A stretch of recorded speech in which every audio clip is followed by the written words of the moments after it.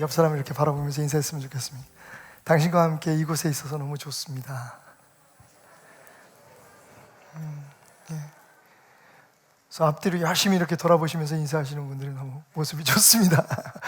여러분, 오늘 인트로는요, 그동안 7번에 걸친 천국의 이야기, 주님의 말씀 안에서 우리가 살아갈 세상을 다시 한번 그려보는 세상 다시 그리기라는 주제의 설교를 마무리하면서 그동안에 이 설교 시리즈가 가능케 했던, 눈에 보이지 않는, 저는 항상 이렇게 드러나는 사람이지만 제가 이 자리에 서기까지 사다리도 타고 또 배도 만들고 정말 예배가 예배되게 하기 위해서 그 보이지 않는 곳에 애쓰신 분들의 모습들을 잠깐 담아봤습니다.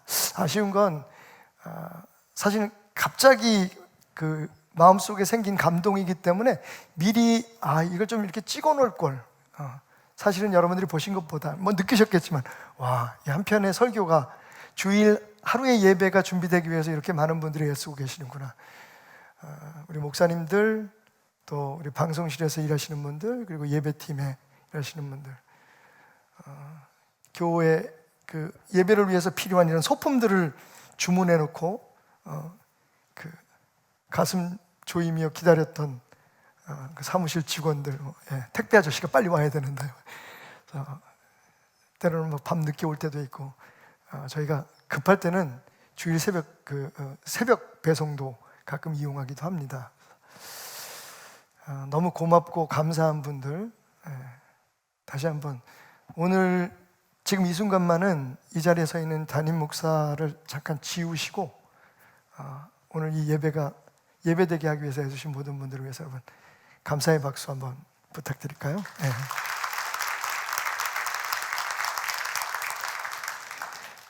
그냥 하는 얘기는 나 같으면 짜장면이라도 한번 사주겠어 정말. 그 이상으로 여러분들이 하고 계시니까 너무 감사하고, 근데 우리가 아무리 이렇게 예배를 잘 준비해도 여러분들처럼, 우리 사랑스러운 베델의 성도들처럼 이렇게 진지하게 예배에 참석해 주시는 분들이 없다면 무슨 소용이 있을까요? 우리 베델의 모든 성도들을 위해서, 또 오늘 이곳까지 힘겨운 발걸음 옮긴 모든 분들, 얼마나 많은 갈등이 있었겠어요, 그죠? 오기까지. 한번 물어봅시다. 오면서 차 안에서 싸우신 분들 없는 것처럼 굉장히 많은 어려움들이 있습니다. 사실 우리 삶이 그렇듯이 여기까지 오신 여러분들이 계시기 때문에 오늘 주님께서 이 예배를 기쁨으로 받으시지 않을까 생각해 봅니다. 그래서 우리 서로에게 박수. 감사합니다. 자, 오늘 말씀드린 대로 천국의 비유, 마태복음 13장에 기록된 7번째 그 비유를 여러분과 함께 나누려고 합니다. 천국, 그러면 지금까지 우리는 예수 그리스도가 왕 돼서 지배하시는, 다시 말하면 우리가 예수님을 주인으로, 왕으로, 그분의 왕권과 주권을 인정하며 살아가는 삶의 현장, 삶의 태도, 그것이 바로 지금 우리가 살고 있는 천국이다, 우리가 누리고 있는 천국이라는 말씀을 드렸습니다. 다시 말하면 현실에서 지금 우리 안에 이루어지고 있는 그 천국을 우리가 함께 공부했는데, 가만히 생각해 보니까 그렇다면 이 말은 다시 바꾸어서 이야기하면 곧 그리스도교 신앙의 핵심이다 라고 얘기할 수 있을 것 같아요. 천국은 곧 그리스도교 신앙이다. 그러니까 우리가 지금 오늘까지 7가지의 신앙의 핵심을 공부하고 있는 것이다 라고 여러분들이 생각하시면 될 것 같습니다. 그러니까 7주 동안에 사실 우리는 기독교가 뭐지? 복음이란 뭐지? 이런 것에 대해서 우리가 함께 공부했다는 말입니다. 혹시 정리가 필요하신 분은 다시 한번 돌려보셔도 좋을 것 같아요. 그래서 제가 한 얘기 중에서 다 잘 정리되고 좋은 말들은 아니니까 좀 걸러내시고 걸러내시면서 7가지의 이 천국의 비유만 잘 이해하면 이게 예수님을 구주로 주여 주여 부르며 사는 사람들의 삶이구나 라는 것을 여러분들이 다시 한번 깨달을 수 있을 것 같습니다. 자, 그래서 오늘 7번째 천국의 비유, 흔히 그물의 비유로 알려져 있는 이 비유의 말씀을 라틴어로 된 세 글자의 단어로 먼저 시작해 볼까 합니다. 한번 따라해 볼까요? 네 플루스 네 플러스 울트라 들어보셨습니까? 울트라. 예, 울트라맨의 그 울트라 맞습니다. 자, 이 라틴어예요. 영어로는 아마 이렇게 번역할 수 있을 것 같습니다. 내는 잠깐만요. 내는 영어로 no라고 번역하면 될 것 같아요. no? 그러면 플러스는 뭘까요? 우리가 영어에서 플러스, 더하기, 뭐 더하다 그런 뜻이 있잖아요. 그러니까 영어로는 more 혹은 further라고 혹은 more라고 번역할 수도 있겠습니다. 그러니까 더 나아가서 혹은 그 무엇인가가 더 있다, more이라는 뜻을 가지고 있습니다.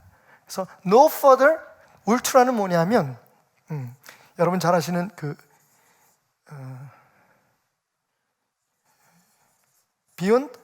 비욘드라고 하는 비자가 조금 너무 아티스틱합니다만 비욘드. 그래서 no further beyond. 한국말로 번역하면 여기부터 아무것도 없다. 여기부터 더 이상 아무것도 기대하지 마라.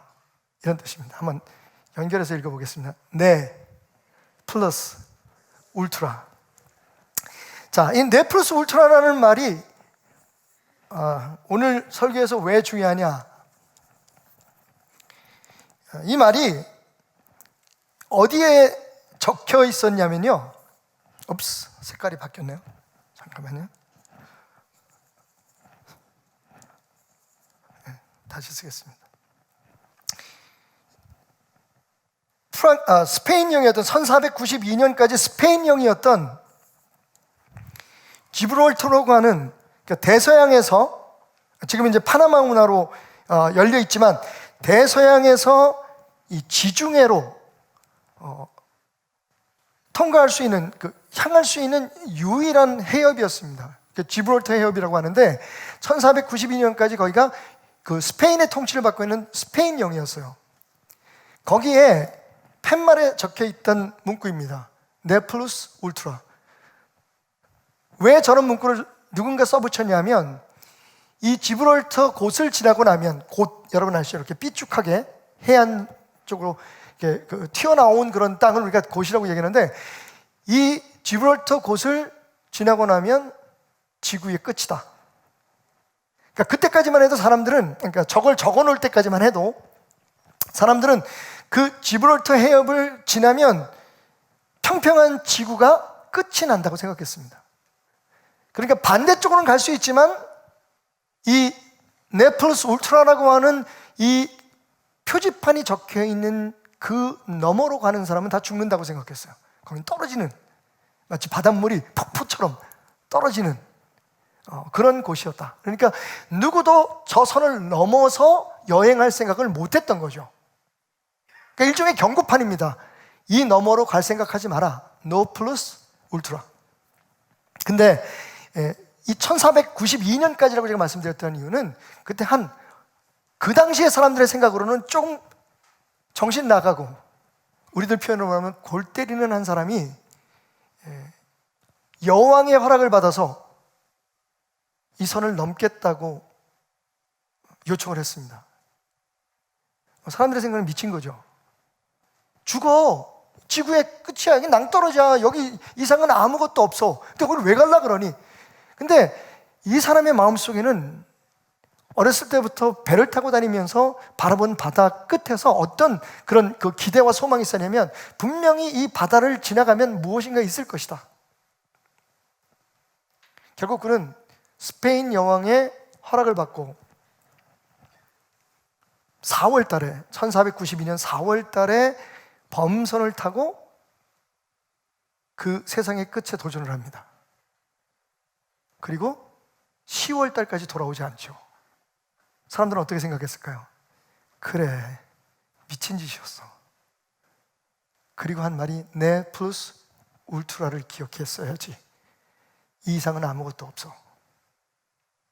근데 놀랍게도 10월 19일 그의 배가 다시 스페인 항구에 도착하게 됩니다. 그는 세상의 끝이라고 사람들이 믿었던 그 선을 넘어서 다시 회항한 것입니다. 거기가 세상의 끝이 아니라는 것을 증명한 것이었죠. 그래서 1492년에 그 표지판에 놀라운 변화가 생겨나기 시작합니다. 바로 사람들은 이 네 자를 지워버리죠. 자, 그러면 플러스 울트라는 말은 무슨 뜻일까요? 여러분, 맞습니다. 여기 너머에 더 많은 것들이 있다. 영어로는 further beyond, 이 너머에 더 많은 세상이 있다.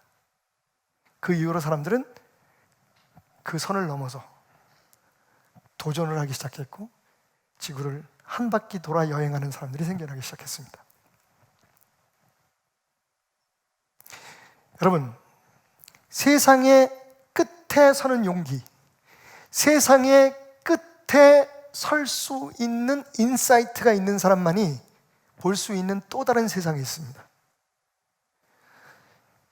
크리스토퍼 콜럼버스라고 하는 이 미치광이가 모든 사람들의 통념을, 모든 사람들의 고정관념을 완전히 깨고 자기만의 신념을 가지고 이 선을 넘어갔던, 세상의 끝에 도전했던 그 사람이 증명한 것은 무엇입니까? 너희들이 생각하는 그 세상의 끝이 아니라는 겁니다. 그 세상의 끝을 넘어 또 다른 세상이 열려 있다. 여러분, 많은 사람들은 이 세상 살다가 우리가 죽으면 모든 것이 끝난다고 생각합니다. 영혼이 어디 있어? 그 다음 생각하고 뭐 있어? 그냥 사는 동안. 그래서 요즘 혹시 여러분들 많이 들어보셨겠지만 YOLO라고 하는 단어를 들어보셨을 거예요. You only live once. 당신은 단 한 번만 산다. 그 말은 맞아요. 근데 문제는 뭐냐? 그 다음에는 없다라는 결론으로 살아가면 안 된다는 거죠. 세상 사람들은 죽은 이후에 삶이 어디 있어? 그냥 우리에게 주어진 육체를 가지고 오늘을 행복하게 살자. 하고 싶은 대로 살자. 우리의 삶에 대해서 평가할 사람도 없고 우리의 삶에 대해서 심판할 사람도 없고 그 다음에 세상도 없고 지옥이 어디냐 천국이 어디냐. 그냥 우리에게 주어진 매일매일을 열심히 살면 그게 됐지 뭐. 나만 좋으면 됐지. 여러분, 분명히 말씀드리지만 세상의 끝에 서면 보이는 나라가 있습니다. 오늘처럼 우리가 이렇게 평범히 살 때는 몰라요. 오늘처럼 우리가 이렇게 그냥 자연스럽게 살면, 왜? 어제 같은 오늘이 계속되고 오늘 같은 내일이 계속되고 지난 주일날도 있었고 오늘 우리가 다시 주일날 모였습니다. 그러니까 다음 주일은 당연히 올 것이라고 하는 그런 평범한 기대 속에, 일상의 기대 속에서 끝이라는 게 무슨 의미가 있겠습니까? 감히 누가 끝을 상상하겠습니까? 그런데 끝이 있다 라고 하는 것을 믿고 그곳에 서는 사람은 비로소 보이는 세상이 있습니다. 저는 어제 우리 모두가 기억하는, 오래된 성도님은 다 기억하실 거예요.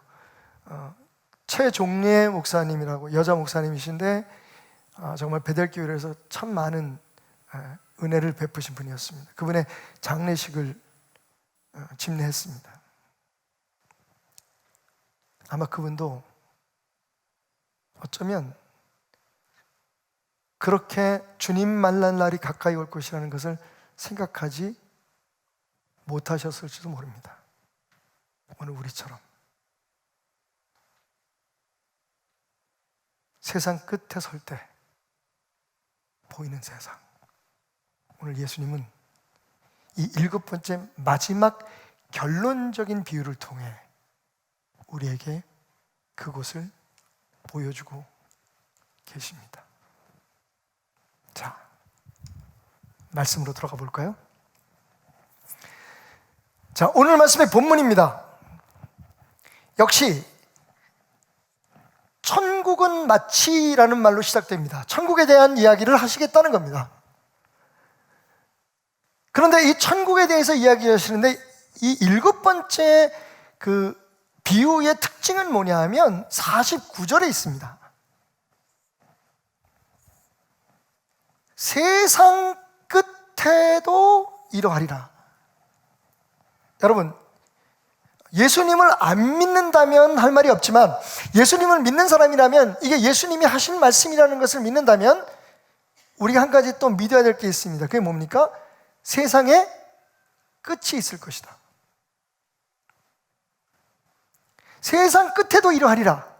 그러니까 세상에 끝이 있다는 것과 그 다음에 그때 일어날 일이 지금 내가 얘기하는 천국에 대한 비유이다 라는 말씀이라는 것 여러분 쉽게 이해하실 수가 있죠. 예수님은 분명히 세상에 끝이 있다고 얘기하십니다. 자, 근데 그 다음에 이어지는 말씀이 있다는 거예요. 세상의 끝이다 이 얘기를 할 수 있어요. 그죠? 누구든지 죽지 않습니까? 세상의 끝 그러면 뭐 옛날 우리가 어렸을 때 불렀던 The End of the World라고 하는 Why does the sun go on shining 이라는 노래처럼 왜 햇볕은 계속 빛날까요? 세상의 끝이 다가왔는데 거기에서 그 노래를 부르는 그녀는 사랑하는 남자와의 이별을 세상의 끝이라고 생각합니다. 당신과 헤어짐으로 내 세상은 끝났는데 왜 태양은 빛나고 왜 꽃들은 피고 새들은 노래할까요? 뭐 이렇게 노래를 하고 있는데 사람마다 다 맞이하는 세상의 끝은 다를 수 있어요. 그죠?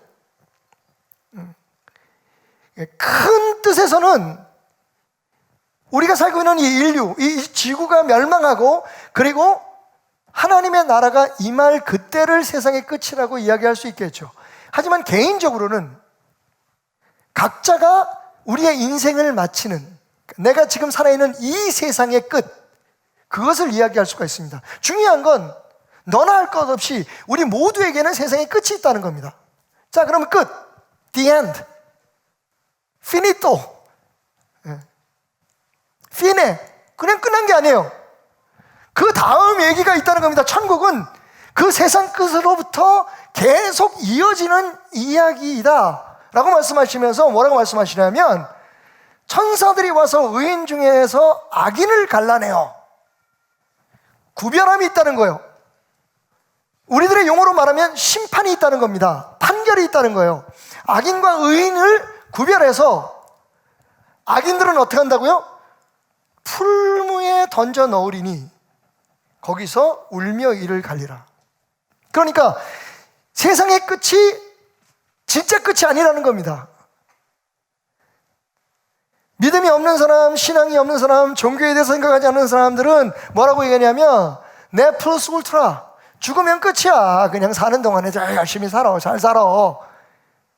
그런데 오늘 예수님 뭐라고 말씀하시냐면 천국은 죽음으로 끝나는 세상이 아니라는 겁니다. 죽음 이후에 이어지는 세상.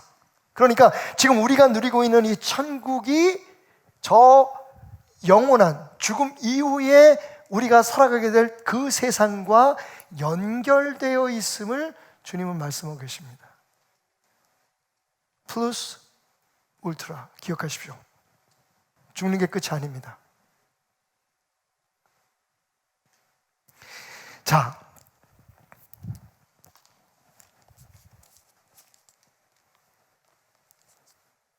이러한 사실을 우리가 인지하면서 꼭 기억해야 될 게 있어요. 그게 뭐냐면 삶과 죽음, 우리가 말하는 삶과 죽음은 단지 한 걸음 차이라는 겁니다. 와우.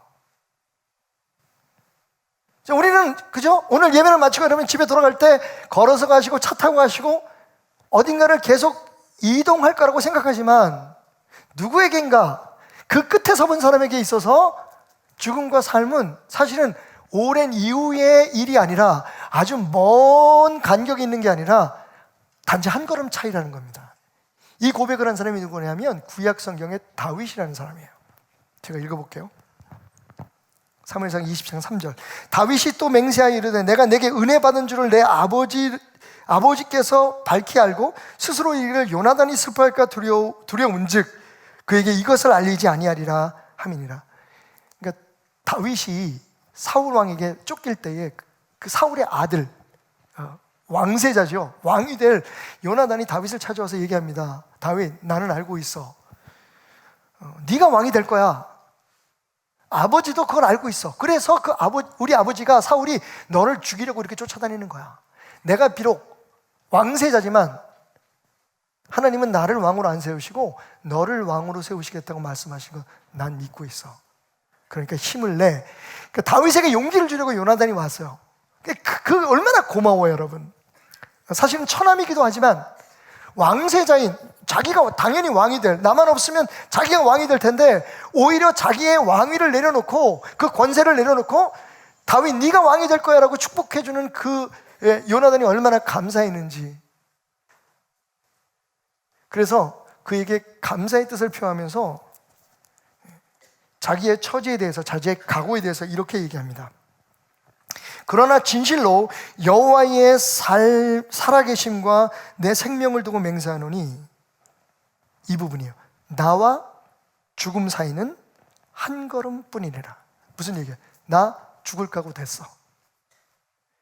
너의 이런 사랑을 받고 하나님이 살아계신 것을 믿기에 나는 고백할 수 있다.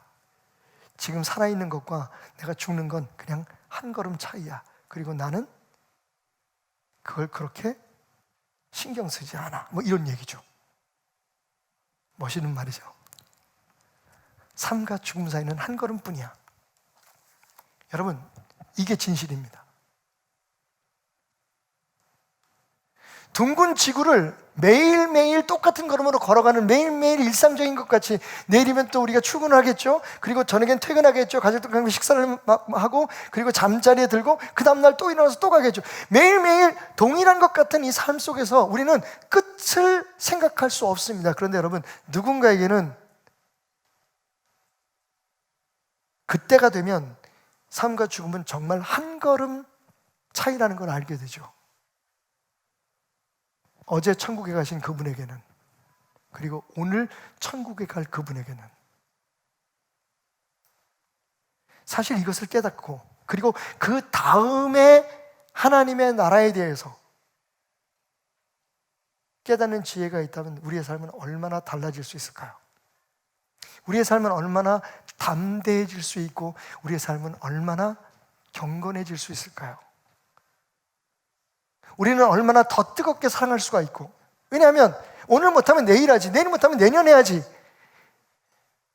누군가는 여러분 알고 있습니다. 사실 오늘 이 자리에 정말 하나님의 은혜로 우리 모두가 앉아있지만 며칠 있으면 정말 중요한 수술을 받을 분이 계십니다.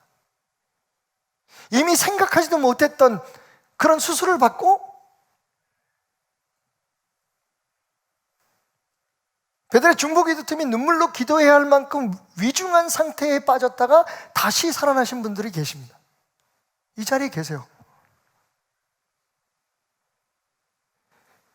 대장을 1m 이상을 잘라내고 5년이 지나서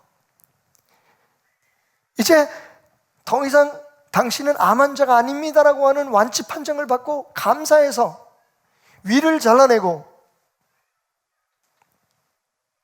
완치되셨습니다라는 판정이 너무 기뻐서 제게 처음으로 전화를 했던 분이 여기 앉아 계세요. 한두 분이 아닙니다, 지금. 아마 제가 설교할 때 그분들은 절실하게 느껴지실 거예요. 맞아. 그때, 그날 나는 세상의 끝을 보았다. 여러분, 만약 그렇게 우리도 상상할 수 없는 그 순간에 그렇게 다가올 그 세상의 끝, 우리의 삶의 끝, 그러나 그 이후에 이어질 하나님 말씀 가운데 사람이 죽는 건 한 번 정한 거야. 우리 모두 다 죽어요. 그런데 그 다음에 아무것도 없으면 막 살아도 돼. 미뤄도 돼. 그런데 그 후에는 심판이 있으리니. 여러분, 그 후에 분명히 세상이 있다는 거예요. 천국도 있고 지옥도 있다는 거예요. 지금은 우리가 보지 않으니까, 느껴지지 않으니까, 그런 위기에 처해있지 않으니까, 그 문 앞에 서 있지 않으니까, 한 걸음 그 앞에 서 있지 않으니까 모르지만, 여러분, 그것을 만약에 오늘 이 말씀을 통해서 알고 산다면 교회 생활도, 부부 생활도, 부모님과의 관계, 자녀들과의 관계도 얼마나 달라질 수 있을까요? 솔직히 정말 우리는 불필요한 것으로 너무 많은 신경을 쓰고 너무 많이 다투고 너무 많이 아파합니다. 그리고 할 수 있는 것, 오늘 해야 될 것, 오늘 할 수 있는 것들을 자꾸만 미뤄서 얼마나 많은 후회와 낭비를 하고 있습니까? 근데 만약 한 걸음 앞, 그 죽음이 내일 있다면, 그리고 우리가 그때부터 플러스 울트라, 우리가 상상하지 못하는 또 다른 세상에서 계속 살아가게 된다면, 여러분, 오늘 우리의 삶은 반드시 달라져야 할 것입니다. 다시 한번 말씀드립니다, 여러분. 너무 단순하지만 우리가 깊이 마음에 두지 않았던 이 말, 내 인생의 끝은 반드시 찾아온다. 그리고 그 이후에는 어떻게 될 것인가? 삶과 죽음의 거리는 단 한 발자국입니다. 이것을 받아들이느냐 받아들이지 않느냐가 우리 신앙의 핵심입니다. 제가 최근에 좀 책을 많이 접하게 되는데, 그 중에서 여러분들에게 권하고 싶은 흥미로운 책이 한 권 있습니다. Dispatches from the Edge라고 하는 그 영어 원문 제목을 가지고 있는데, 앤더슨 쿠퍼라고 하는, 혹시 여러분 들어보셨는지 모르겠습니다만 CNN 기자입니다. 아주 유복한 가정에서 태어나서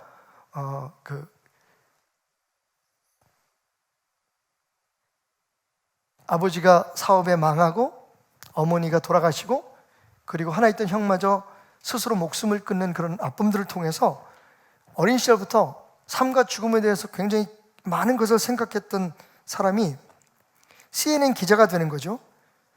그래서 그의 삶에서 15년 동안 이 땅의 모든 재앙과 그리고 그 전쟁들이 일어나는 것을 다 가서 취재를 했던 아주 유명한 기자입니다. 그 사람이 쓴 책인데 한국말로 번역되기는 세상 끝에 내가 있다. 오늘 설교 제목을 제가 거기에서 영감을 받았습니다. 세상 끝에 내가 있다. 도대체 세상 끝에 뭐가 있나요? 이분이 깨달은 이야기를 이렇게 그 책에 담았습니다. 나는 다른 모든 사람이 그러하듯이 어린 시절 본 지구본처럼 지구가 둥글다고 믿었다. 그것은 시간에 닳고 공간에 깎여나가 수천 년의 진화와 혁명의 시대를 겪은 돌처럼 매끄러웠다. 우리가 보는 지구본처럼 말이죠. 나는 이 세상의 모든 나라와 바다, 강과 계곡은 이미 지도에 다 그려져 있고 이름이 붙여졌으며 탐사됐을 것이라고 생각했다. 하지만 실제로 세계는 모습과 크기 그리고 공간의 위치가 늘 바뀌고 있었다.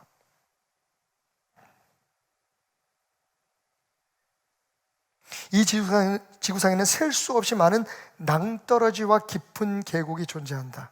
그것들은 모습을 드러내기도 하고 사라지기도 하며 어딘가 다른 곳에서 다시 나타나기도 한다. 여러분, 그는 이렇게 얘기합니다. 지구는 둥글지만 거기에는 수많은 절벽이 있다.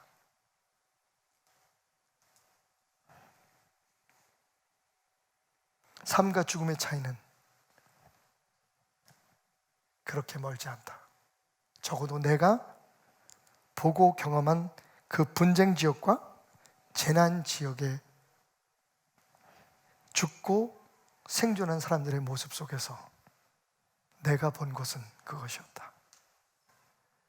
여러분, 이 앤더슨 쿠퍼는요 2005년에, 그 해는 정말로 많은 재앙들이 이 땅에 있었습니다. 정말 지구가 깎여나가고 들어 올려지는 그런 한 해였죠. 스리랑카에 해일이 있었죠. 미국 뉴올리언스에 해일이 있었죠. 이게 그 태풍 때문에 피해가 있었죠. 아프리카와 이라크에 내전이 있었고 전쟁이 있었고, 그리고 IT에 지진이 있고, 여러분 그 모든 데 이 사람이 다 갔어요.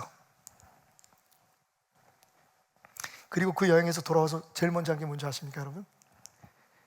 어린 시절 아버지에게 선물 받은 그 아주 매끄럽고 동그란 지구본을 태워버립니다. 그는 더 이상 그 매끄러운 지구본을 바라보며 속고 싶지 않았기 때문입니다.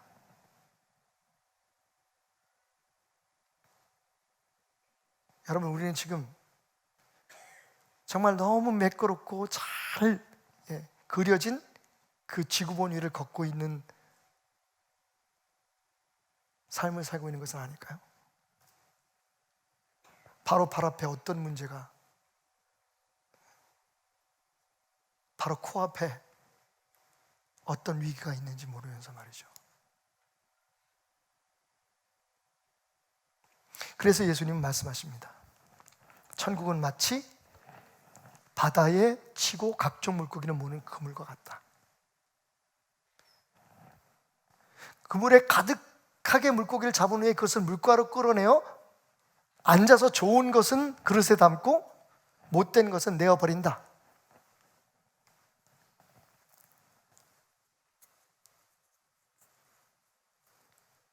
우리가 사는 동안 예수를 믿고 하나님 나라의 백성으로 살아가지만, 우리가 주님을 만나는 그날 주님은 우리를 분류하신다는 겁니다.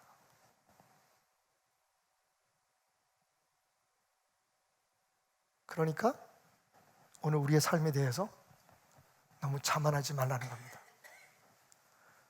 동시에 우리의 삶의 끝이 반드시 오고, 그 끝 위에 우리가 살아왔던 삶에 의해서 주어지는 또 다른 세상이 있다는 것을 기억하고, 지금 우리에게 주어진 삶을 끝을 아는 사람처럼 살아가라는 겁니다. 모세의 고백이죠. 주여, 하나님이여, 내게 내 남은 날들을 계수하는 지혜를 주십시오. 여러분, 풀어야 할 건 푸시고, 해결해야 할 건 해결하시고, 그리고 미처 반드시 해야 할 일인데 하지 못한 것들이 있으면 미루지 마십시오. 우리의 삶에는 끝이 있고, 그리고 그 이후에는 우리가 이 세상에 살았던 그 삶이 전혀 다르게 새로운 것으로 바뀌는 게 아니라 삶이 연결되어 살아가게 될 것이기 때문입니다. 자, 그런데 긴 얘기를 좀 짧게 정리하면서, 그런 지혜와 함께 우리가 이 비유에서 한 가지 주목해야 될 게 있습니다. 다름이 아니고 이 천국에 대해서 그물, 헬라어로 사게네라고 하는 단어를 사용했다는 겁니다. 하나님의 나라가 어떤 곳이냐? 작게 말하면 교회, 좀 큰 의미로 말하면 예수 그리스도를 구주로 영접하고 사는 우리들의 삶, 그죠? 그런 세상. 천국은 너희 가운데 있다. 그러니까 하나님을 우리의 주인으로, 왕으로 믿고 살아가는 모든 사람들의 그런 삶의 모습이 어떤 것 같냐면, 그게 그물과 같다는 거예요. 근데 이 그물이 어떤 그물이냐? 사게네라는 그물입니다. 예수님 당시에 고기를 잡는 방법은 세 가지였어요. 하나는 낚시입니다. 얼마 전에 제가 우리 동서들과 함께 서해안에 배를 타고 낚시를 갔습니다. 너무 행복한 시간이었습니다. 여러분, 놀라지 마십시오. 8시간 동안에 엄청나게 많이 낚았습니다. 새월을, 쭈꾸미 4마리, 갑오징어 1마리, 일당도 안 나와. 그런 낚시가, 그죠? 딱 뭔가를 정해놓고 낚는 낚시가 있었습니다. 베드로가 물고기를 잡잖아요. 지금 이제 우리가 보통 베드로의 돔이라고 불리는 그 물고기를 잡고 그 배를 가르니까 그 안에 동전이 있었죠. 예수님께서 그렇게 하라고 하셨을 때, 그래서 그 동전을 가지고 세금을 내라고 예수님 말씀하십니다. 그죠? 사회적인 우리의 책임을 다하라는 것도 성경에 기록되어 있는 그런 이야기죠. 거기서 베드로가 한 낚시는 그냥 그 낚시예요. 한 마리 한 마리 잡아 올리는 거. 두 번째로 여러분들, 예수님께서 베드로를 만났을 때 깊은 곳에 가서 그물을 던져라는 말이 있죠. 그 그물은 어떤 그물이냐면 우리가 흔히 말하는 투망이에요. 왜 한 사람이 어깨에 메고, 저희가 아프리카 나일강에 갔을 때 그 모습을 봤는데 정말 멋있습니다. 야, 황혼이 이렇게 짙어지는데 사람들이 그 그물질을 해요. 그 투망질을 하는 거죠. 투망은 한 마리 한 마리 잡는 그 낚시보다 더 많은 물고기를 잡을 수 있지만 여전히, 그죠? 한 사람이 할 수 있는 양밖에는 못 잡죠. 근데 여기 사내개라고 하는 이 낚시법은 뭐냐, 사계내라고 하는 이 낚시법은 뭐냐면, 저인망 낚시 아시죠, 여러분? 저인망 그물, 후릿그물이라도 얘기해요. 저는 그 후릿그물이라는 표현을 되게 좋아하는데, 쉽게 말하면 바닥부터 다 후리는 거예요. 때로는 두 대의 배가 그물을 가지고 양끝을 가지고 이렇게 쭉 바다를 훑어가지고 바다에 있는 모든 것들을 다 긁어내는 게 저인망 후릿그물이죠. 지금도 가끔 어떤 해외라든지 동남아라든지 아니면 우리나라도 지방에서 그걸 하더라고요. 한쪽 끝을 사람들이 육지에서 잡고 있고 무태에서 잡고 있고, 배 한 대의 끝을, 그물 끝을 이렇게 걸어서 배가 쭉 바다를 이렇게 돕니다. 그리고 다시 그 그물 끝을 육지로 가져오죠. 그럼 육지에서 기다리고 있던 사람들이 두 개의 그물 끝을 잡고 함께 잡고서 끌어요. 그럼 거기에 배가 돌아다닌 만큼의 그 바다에 걸린 모든 여러 가지 그 해산물들이 다 긁혀 나온 게 후릿 그물인데, 그 얘기예요. 여러분 기억하십니까? 예수님께서 가라지에 대해서 말씀하시기를 그냥 내버려 둬라. 주님은 좋은 알곡을 뿌렸지만 원수가 거기다 가라지를 뿌린 거예요. 그래서 가라지가 자라나는데 주님 뭐라 그러냐면 추수 때까지 그냥 둬라 라고 말씀하시죠. 그 비유와 일맥상통하는 비유입니다. 자, 뭐라고 얘기해요? 바다의 각종 물고기를 모으는 사내개다, 사계내다, 사계내다. 그러니까 여러분, 이건 우리가 각오해야 됩니다. 이 사실을 알아야 됩니다. 교회든지 혹은 어느 곳이든지 예수가 믿는 사람들의 모임이든지 어떤 단체든지 뭐 교단이든지, 거기에는요 좋은 물고기만 있는 게 아니에요. 우리가 자꾸만 교회에 대해 실망하고 상처를 받는 이유 중에 하나는 뭐냐면 이 사실에 대해서 우리가 잘 모르기 때문에 그래요. 인정하지 않기 때문에 그렇습니다. 교회는 완벽해야 되고 착한 사람만 다녀야 되고, 그게 세상 사람들의 생각이잖아요, 그죠? 이건 그 변명이 아니라 예수님이 말씀하시는 하나님의 나라는 절대로 좋은 물고기만 있는 게 아니에요. 후릿그물이에요. 그러니까 누구나 다 오셔요. 그러니까 일단은 교회에서 여러분 차별하면 안 됩니다. 이런 사람은 오면 안 돼, 저런 사람은 오면 안 돼. 그거는요, 물론 우리가 교회를 지키기 위한 하나의 방법일 수 있지만 그건 사실 하나님의 뜻이 아니에요. 하나님의 나라에는 누구든지 올 수 있습니다. 힘들죠? 알곡의 입장에서 보면, 여기 밭이라면, 혹은 그물 안에 잡힌 물고기들의 입장에서 보면, 여러분 거기, 그죠? 좋은 물고기들뿐만 아니라 막 가시가 있는 이런 뭐 그런 손뱅이라든지 뭐 이런 물고기가 있어 막 찔릴 거 아니에요. 거기 뭐 전기뱀장어리도 한 마리 들어가 있으면 여러분 칙칙 얼마나 고통스럽겠어요. 지금 우리가 이 하나님의 나라 안에서 겪고 있는 일들이 그래요. 근데 그게 하나님의 나라라는 거예요. 그게 예수님의 계획 안에 있다는 거예요. 그걸 오해하게 되면 어떻게 되느냐, 교회는 그냥 완벽해야 되고, 그래서 잘못된 사람을 걷어내고, 이런 사람은 들어오지 못하고 저런 사람은 들어오지 못하고, 우리 나름대로 한계를 짓게 되는 거예요. 자, 제가 설명을 해드릴게요. 자, 지금 이게 후릿그물입니다, 여러분. 후릿그물을 치면 물고기뿐만 아니라 사실은 모든 생물들이, 말씀을 우리 한글 성경에는 물고기, 각종 물고기라고 얘기했지만 사실은 각종 물고기 아니고 모든 것이라는 말이 맞아요. 물고기라고 나와 있지 않습니다. 그러니까 하나님의 나라는 모든 사람들을 품는 거예요.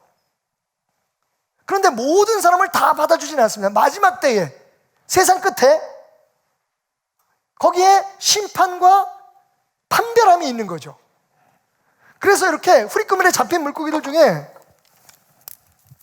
좋은 것들은 골라요. 이건 먹음직스럽겠네. 이거 괜찮아요, 그죠? 네? 뭐 많이는 안 나와도 한 사람 먹을 횟감은 나올 것 같아. 에이, 뱅어는 버리고. 다 쓸 게 없네. 여러분, 지금 제가 보여드리는 모습을 예수님께서 말씀하십니다. 그러니까 여기서 중요한 거, 여러분, 오늘 핵심입니다. 중요한 거, 남을 판단하고 구별하는 데는 좀 게으르자. 대신 어떻게 해요? 옆 사람에게 이렇게 한번, 얼굴 보고 얘기는 못할 거야, 이건. 이렇게 옆 사람 이렇게 흘겨보면서 한번 얘기해 봅시다. 너나 잘하세요. 사실 우리 신앙의 가장 중요한 자세는요, 나를 돌아보는 거예요. 근데 언제부턴가, 왜 그렇습니까? 이게 사람들이 본능이에요. 남의 잘못을 지적해야. 지금 우리가 사는 사회가 그렇잖아요, 그죠? 자기가 잘못하고 있는데 그건 밝혀질 때까지 숨겨놓고 남의 잘못한 것을 자꾸만 지적하면 나는 좋은 사람이 되는 거야. 그러다가 들키면 뭐 어쩔 수 없는 거고. 근데 참 안타깝게도 교회 안에도 그런 분위기가 있는 거예요. 이 사람은 이래서 안 되고 저 사람은 저래서 안 되고 이 목사는 이래서 못 됐고 저 교회는 어때서 안 되고. 여러분, 사실 잘못되고 잘된 것을 구분하는 건 굉장히 중요하죠. 근데 마치 그게 진짜 신앙인 것처럼, 우리가 추구해야 될 최고의 그런 지향점인 것처럼 생각하면 참 우리의 삶은 불행한 거죠. 왜냐하면 하나님의 말씀을 어기는 것이 되기 때문에 그래요. 심지어는 성경은 그런 사람들을 볼 때 너 자신을 돌아봐라. 그죠? 이게 세상 사람과 우리가 달라야 되는 거예요. 우리의 정치적인 적이라든지 아니면 우리의 어떤 경쟁자라든지, 그러면 그 사람의 잘못을 지적해가지고 내가 그 사람보다 낫다는 걸 증명해야 되는 거잖아요. 그런데 하나님의 나라는 그렇지 않아요. 왜 그렇습니까, 여러분? 누가 심판해요? 우리가 아니에요. 교회가 아니에요. 하나님이 우리를 심판자로 부르신 게 아니에요. 심판은 오직 하나님만 하십니다. 야고보가 이렇게 얘기해요. 야고보 선생님이 말씀하시기를, 형제들아 서로 비방하지 말라. 형제를 비방하는 자나 형제를 판단하는 자는 곧 율법을 비방하고 율법을 판단하는 것이라. 내가 만일 율법을 판단하면 율법의 준행자가 아니고 재판관이다. 그러면서 아주 핵심적인 말씀을 하십니다. 여러분, 하나님의 말씀을 지키는 게 신앙이고 하나님의 말씀을 어기는 게 불신앙이에요. 그죠? 입법자와 재판관은 오직 한 분이시다. 세상의 삶의 모든 기준을 세우시고 법을 세우신 분은 한 분이십니다. 재판관은 오직 한 분이시다. 그리고 그 법에 대해서 심판하신 분 한 분이시는 거예요. 능히 구원하시기도 하고 멸하기도 하시느니라. 너는 누구이기에, 이게 중요합니다. 너는 누구이기에 이웃을 판단하느냐? 옳고 그른 걸 알아야 우리가 바로 설 수 있잖아요, 그죠? 근데 그거 가지고 먹고 살지 말라는 거예요. 지금 우리가 경험해 보지 못한 대선을 우리가 지금 준비하고 있습니다. 굉장히 헷갈려요. 저는 솔직히 그렇습니다.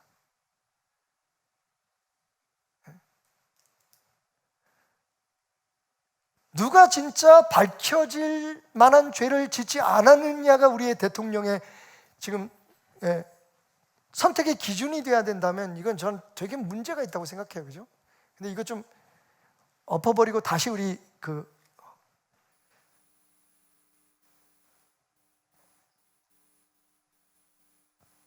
우리의 생각이나 우리의 어떤 그 이념이나 우리의 진영, 내가 좋아하는 어떤 그런 것에 의해서 이게 판명되는 게 아니라 정말 나라를 위해서 어떤 사람이 필요한 것인지. 이게 선거가 차악을 선택하는 게 되면 안 되잖아요, 그죠? 기도 많이 하셔야 돼요, 여러분. 오해하지 마십시오. 그러니까 누구를 위해서 기도하는 거 아니에요. 그건 진짜 저는 헷갈려서 말을 못 하겠어요. 근데 세상은 원래 그런 거니까, 그죠?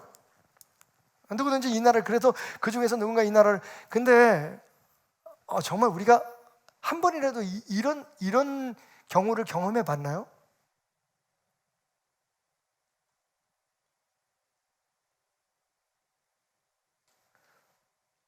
그래서 서로 잘못된 거를 지적해야만 내가 살아남는 거예요. 지금 저 사람이 나보다 더 나빠, 다 우리가 범죄자지만 저 사람이 지은 죄가 더 커, 뭐 이런 거예요. 쉽게 말하면.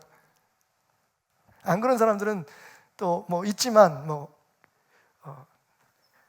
이상하게 그분들은 또 지지도 못 받아.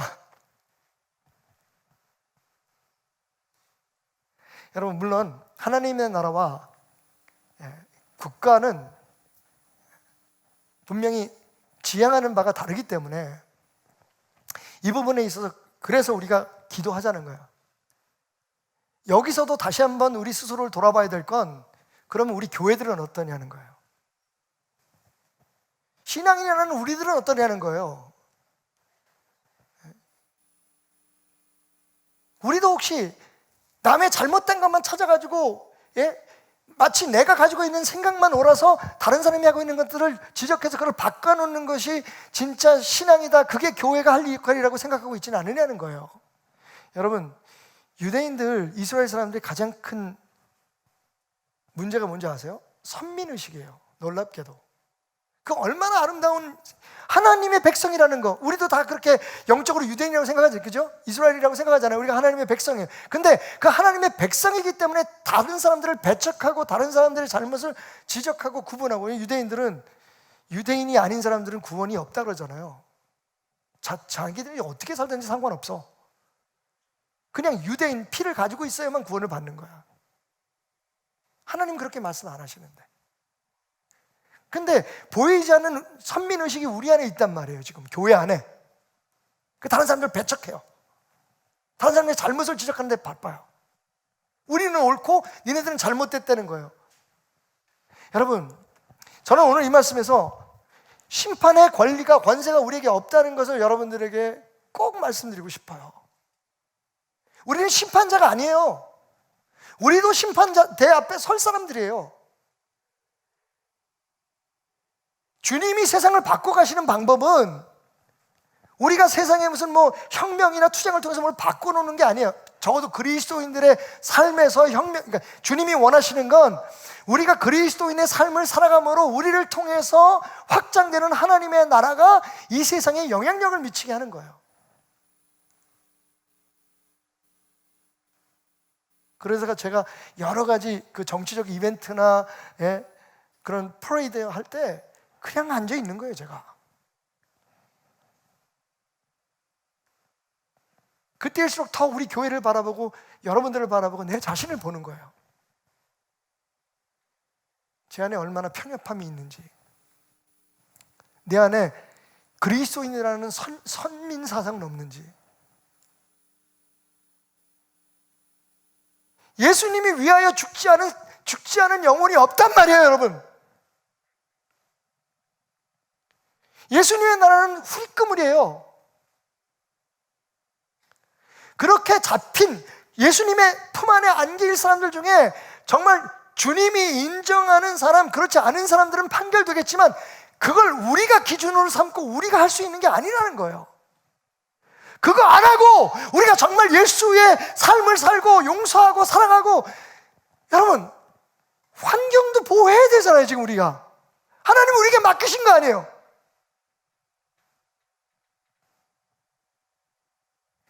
정치에 깊이 관여하든 안 하든 그건 세상에서 우리의 직분에 따라서 다르겠지만, 중요한 건 우리에게 조국으로 주신 이 나라를 위해서 우리가 기도하고 선한 영을 미침으로써 주님의 나라가 이 땅에 더 확장되고 더 많은 사람들이 주님 앞에 나오게 하는 것이 우리의 사명이잖아요. 무슨 목표를 세워놓고 사람들을 끌어서 강제적으로 예수 믿게 하는 게 아니라, 우리는 마치 모든 것에서 권세를 받은 사람들처럼 행동해서는 안 된다는 거예요. 우리도 주님 앞에 같이 설 거예요. 여러분, 성경은 참 묘하죠? 저는 그 안에서 은혜를 봅니다. 예수 믿으면 구원받는다고 얘기하지만, 그런데 여기저기에 여지를 남겨요. 왜요? 긴장하라는 거예요. 저도 믿습니다. 예수님을 믿으면 구원받아요. 예수님이 내 죄를 대신해서. 내 힘으로는 나를 구원할 수 없지만, 나는 정말 똑똑하고 나는 바르고 나는 아무 문제가 없는 것 같지만 사실 우리 인간들은 죄인이에요. 그죠? 그러나 우리를 위해서 예수님이 십자가를 대신 지셨고, 그래서 그 예수님을 믿기만 하면 구원을 받는다. 그 문제에 대해서는 여러분 전혀 이견이 없어요. 그런데 긴장을 놓치지 말라는 거예요. 주여 주여 부르는 자마다 구원받지 않는다고 예수님이 툭 던지신 말씀 속에서 저는 무서워요. 물어요, 젊은이들이. 받은 구원도 잃을 수 있습니까? 근데 저는 그걸 대답할 수가 없어요. 왜냐하면 그 사람이 받았다는 그 구원이 진짜인지 아닌지 주님만 아시니까. 다시 말씀드리지만 이 복잡한 생각 다 좀 접어두시고라도 이걸 기억하세요. 우리는 심판자 아닙니다, 여러분. 심판하려고 하지 마세요. 내가 주님 앞에 좋은 물고기 되도록 노력하세요. 그래서 마지막 때에 여러분, 지옥 가는 사람들 생각하지 마세요. 지옥 보내려고 하지 말라고. 한 명이라도 더, 한 영혼이라도 우리가 가는 곳에 가게 하는 것에 초점을 맞춰야지.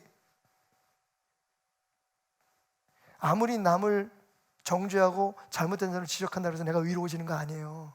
그게 지금 이 세상의 문제예요. 하나님의 눈에, 우리는 하나님의 사람들이잖아요. 하나님의 기준에 맞는 삶을 살아가야 됩니다. 결론 낼게요. 그런데 이 이야기에 진짜 압권이 있어요. 반전이 있습니다. 본문에는 기록되어 있지 않지만 제자들도 어쩌면 깨닫지 못했던 하나의 사실이 있어요. 그게 뭔지 아십니까, 여러분? 어부가 잡은 물고기를 살리기 위해서 자신이 죽었다는 거예요. 말도 안 되는 얘기. 여러분, 고기 왜 잡아요? 어부가 고기 왜 잡습니까? 여러분, 천국의 비유가 이 물고기가 우리들이라면, 영혼들이라면 어부가 그 영혼을 하나님 나라를 위해서 잡습니다. 그리고 그 잡힌 물고기들에게 생명을 주기 위해서 어부가 대신 죽습니다. 말도 안 되는 이 이야기가 복음입니다. 그래서 예수님 말씀하셔요. 내가 내 생명을 주고 산 그 영혼을 네가 뭔데 판단하냐는 거예요. 너도 그렇고 그도 그렇고 내가 내 영혼을 주고 내가 십자가에 대신 피 흘려 죽음으로 너희들을 이 그물 안에 살아있는 물고기로 내 나라 안에 걷어들였거늘 내가 너희를 위해서 죽었는데 너희가 무엇으로 판단하고 정죄하고 차별하고 살아가느냐는 거예요.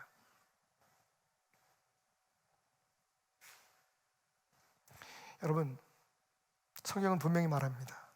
영생은 하나님과 그 보내신 아들 예수 그리스도를 아는 것이다. 룰이 아니에요. 룰이 아니에요. 삶이에요. 삶. 그리고 그 천국이 저 영원한 나라까지 이어지는 거예요. 여러분, 오늘 이 말씀을 여러분들이 정말 이해하고 이 속에 흐르는 예수 그리스도의 사랑과 하나님의 은혜를 생각한다면 여러분 훨씬 예수 믿는 여러분의 표정이 행복해져야 돼요. 두려움과 위협 앞에서 여러분 더 당당해지셔야 돼요. 그걸 모르는 사람처럼 살면 안 된다고요. 죽고 사는 것은 생각하는 것보다 그렇게 대단한 일이 아니라는 거예요. 적어도 하나님 안에 있으면 그냥 한 걸음만 옮기면 돼요. 그리고 거기에는 그 끝에 서본 사람만, 그것을 믿는 사람만 보이는 찬란한 세상이 예수 그리스도의 십자가로부터 열렸다는 거예요. 미국에 한 소녀가 시각장애를 갖고 있었어요. 근데 정말 하나님의 은혜로 누군가 안구를 기증을 하게 됩니다. 그래서 개안 수술을 하게 되죠. 못 보던 눈을 보게 하는 수술을 받게 되는데 그게 10살 때의 나이였어요. 수술은 성공적으로 잘 끝냈고, 그리고 이 소녀는 눈에 붕대를 감은 채 며칠을 보냅니다. 마침내 눈이 다 치료가 돼서 그 붕대를 푸는 날, 그 어린 소녀는 창밖에 펼쳐지는, 그 병실 밖에 펼쳐지는 찬란하고 가슴을 먹게 하는 듯한 광경을 목도하게 되죠. 하늘에서는 한 번도 보지 못한 밝은 햇살빛이 비치고 있었고, 그 빛을 반사하는 파란 나뭇가지는 마치 춤을 추는 것 같이 흔들리고 있었습니다. 병원 앞들의 사람들은 힘차게 걸어가고 있었고, 휠체어에 앉은 어떤 아주머니를 위로하는 남편의 모습도 보였습니다.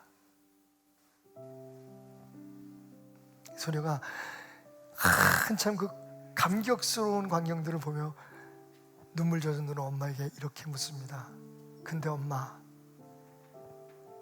왜 제게 한 번도 이런 세상이 있다는 것을 설명해 주지 않으셨어요?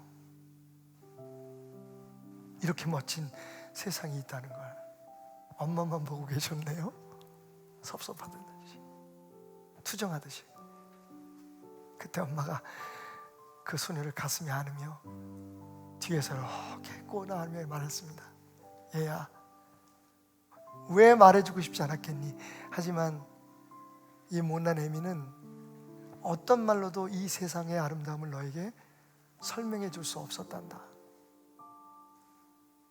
엄마의 어휘력과 표현력이 하나님이 창조하신 이 아름다운 세상을 너에게 보여주기엔 턱없이 부족했던 거지. 나는 네가 네 눈을 떠서 직접 보기만을 원했을 뿐이야. 여러분, 우리의 이야기 같지 않습니까?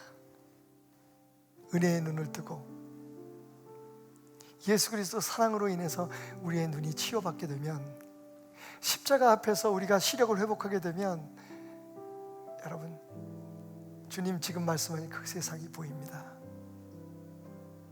이 부족한 사람은 혀도 오늘하고 표현도 못해서 온몸으로 그 하나님 나라를 여러분에게 보여주려고 몸부림쳤지만, 역시 오늘 저도 그렇게 말씀드릴 수밖에 없네요. 어떻게 해도 그 아름답고 평화롭고 생명 가득한 나라를 여러분에게 제 능력으로는 설명할 수 없겠네요. 그래서 저는 기도합니다. 여러분 스스로가 하나님 말씀 속에서, 그리고 삶 속에서 어느 순간 그 세상의 끝에서 여러분 눈에 보여질 플러스 울트라, 우리의 삶, 생각의 한계를 뛰어넘어 펼쳐질 그 아름다운 세상을 주님 그렇게 주의 나라를 보여주십시오. 그래서 매일매일 힘겹고 어려운 나날들을 보내는 우리 사랑하는 성도들, 하고 싶은 말 가슴에 담고 미루고 미루며 살아가며 아파하는 우리 모든 성도들이 담대하게 그리고 용기 있게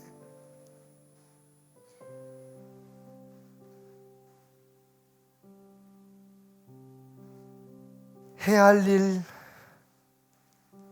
할 수 있는 일들을 해나가며 살아갈 수 있도록, 견뎌낼 수 있도록, 그리고 다른 사람들에게 그 천국을 보여줄 수 있도록 하나님 도와주옵소서. 주님의 손에 맡겨드리며 예수님의 이름으로 기도드렸습니다. 아멘. 이 험한 세상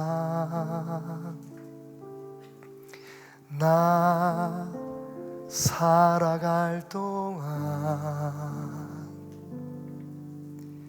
내 주님 가신 길 걸으며 내 주님을 찬양해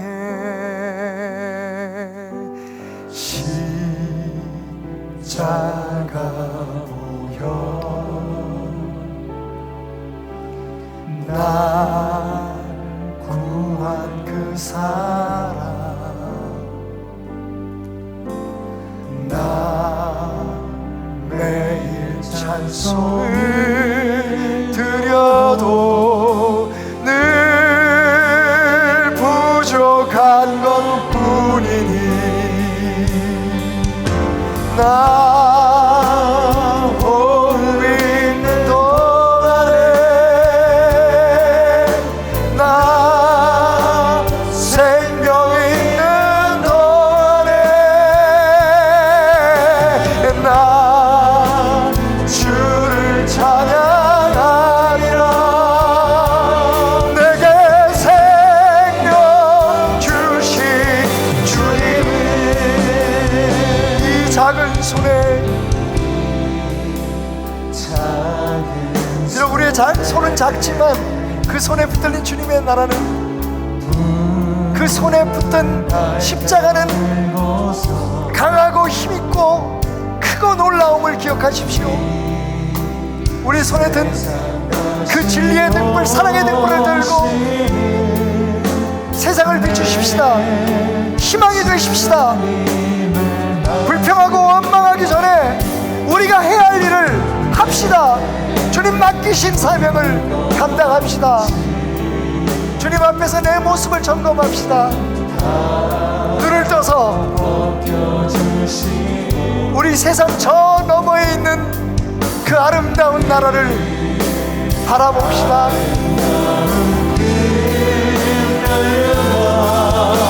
날 위해 예비하시니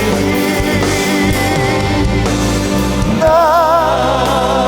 호흡 있는 동안에 할렐루야 나 생명 있는 동안에 나 주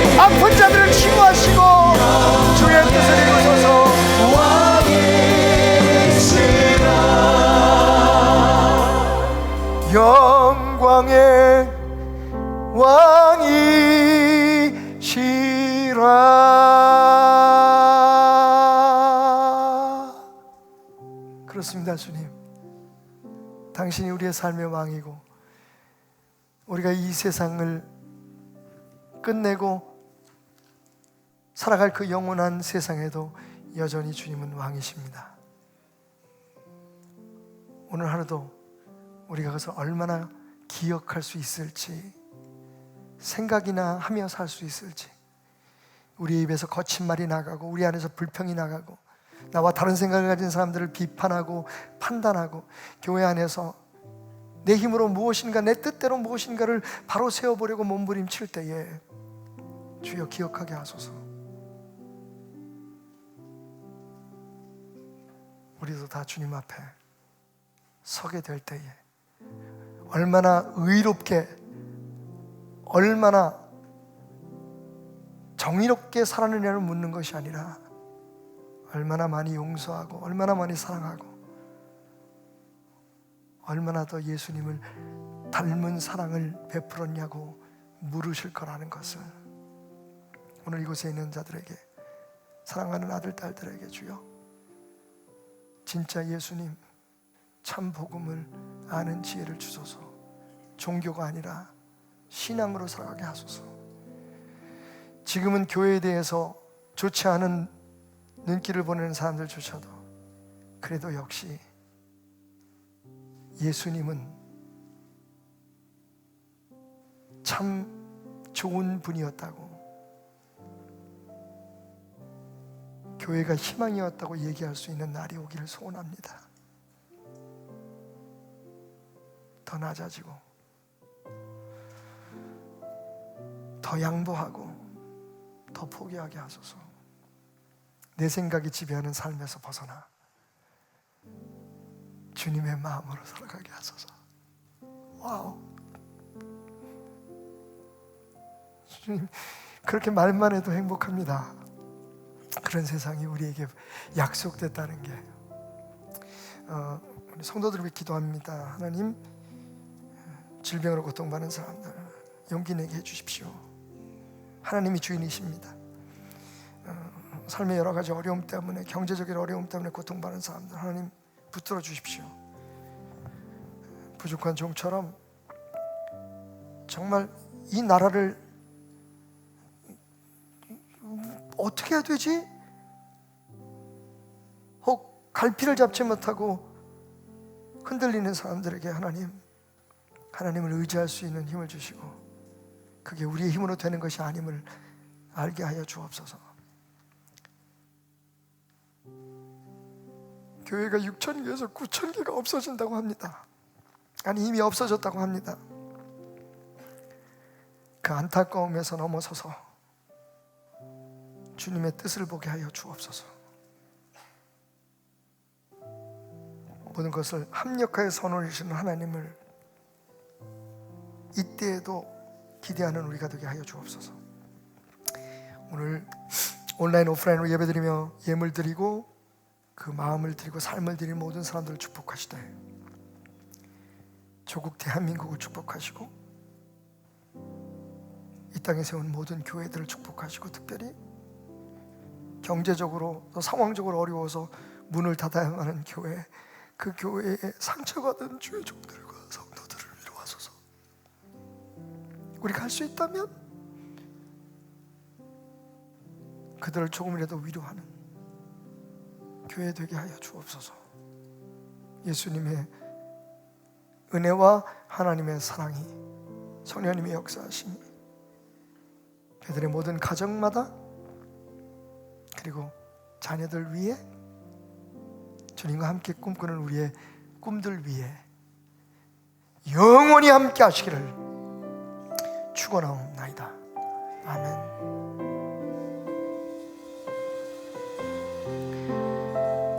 사랑하는 성도 여러분을 주님 손에 맡겨드립니다. 힘있게 나가십시오. 주님이 함께 하십니다.